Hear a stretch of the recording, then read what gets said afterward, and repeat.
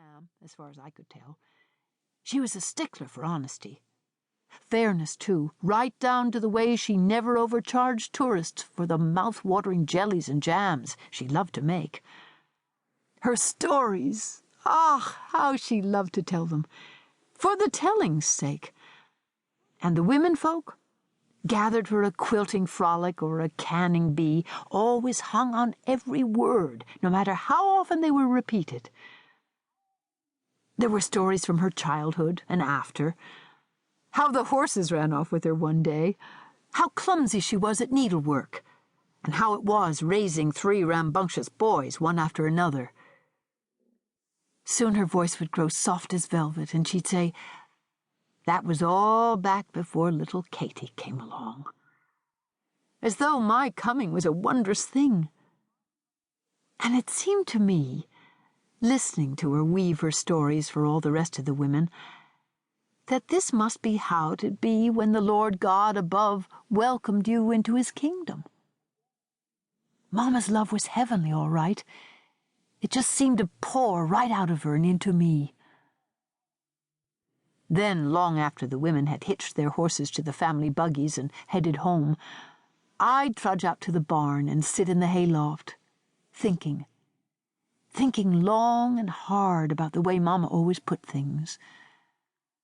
There was probably nothing to ponder, really, about the way she spoke of me. At least that's what Mary Stoltzfus always said, and she should know. From my earliest memories, Mary was usually right. I was never one to lean hard on her opinion, though. Still, we did everything together. Even liked the same boys sometimes. She was very bright. Got the highest marks through all 8 grades at the one-room schoolhouse where all of us Amish kids attended. After 8th grade, Mary finished up with book learning and turned her attention toward becoming a wife and mother someday. Being older by 2 years, I had a head start on her. So we turned our backs on childhood, leaving it all behind, staying home with our mamas, making soap and cleaning house, tending charity gardens, and going to singing every other Sunday night, always together. That was how things had been with us, and I hoped always would be. Mary and Katie. Sometimes my brother Eli would tease us. "Torment is more like it," Mary would say, which was the honest truth. Eli would be out in the barn scrubbing down the cows, getting ready for milking. Hollering to get our attention, he'd run the words together as if we shared a single name. "Mary and Katie, get yourselves in here and help! Mary and Katie?" We never complained about it. People knew we weren't just alike. Yeah, we liked to wear our good purple dresses to suppers and singing. But when it came right down to it, Mary and I were as different as a potato and a sugar pea. Even Mama said so.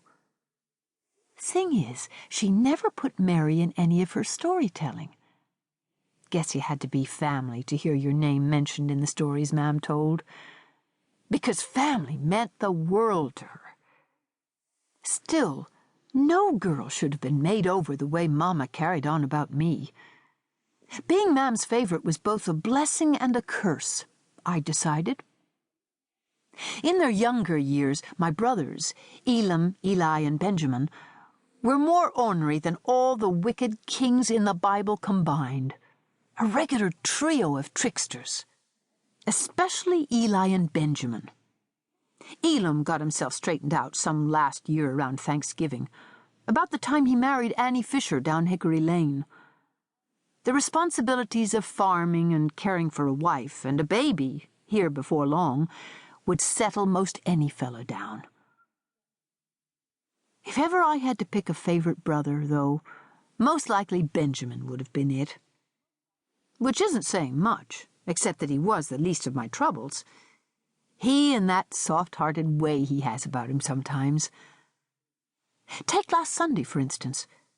The way he sat looking so forlorn at dinner after the preaching, when Bishop Byler and all 5 of his children came over to eat with us.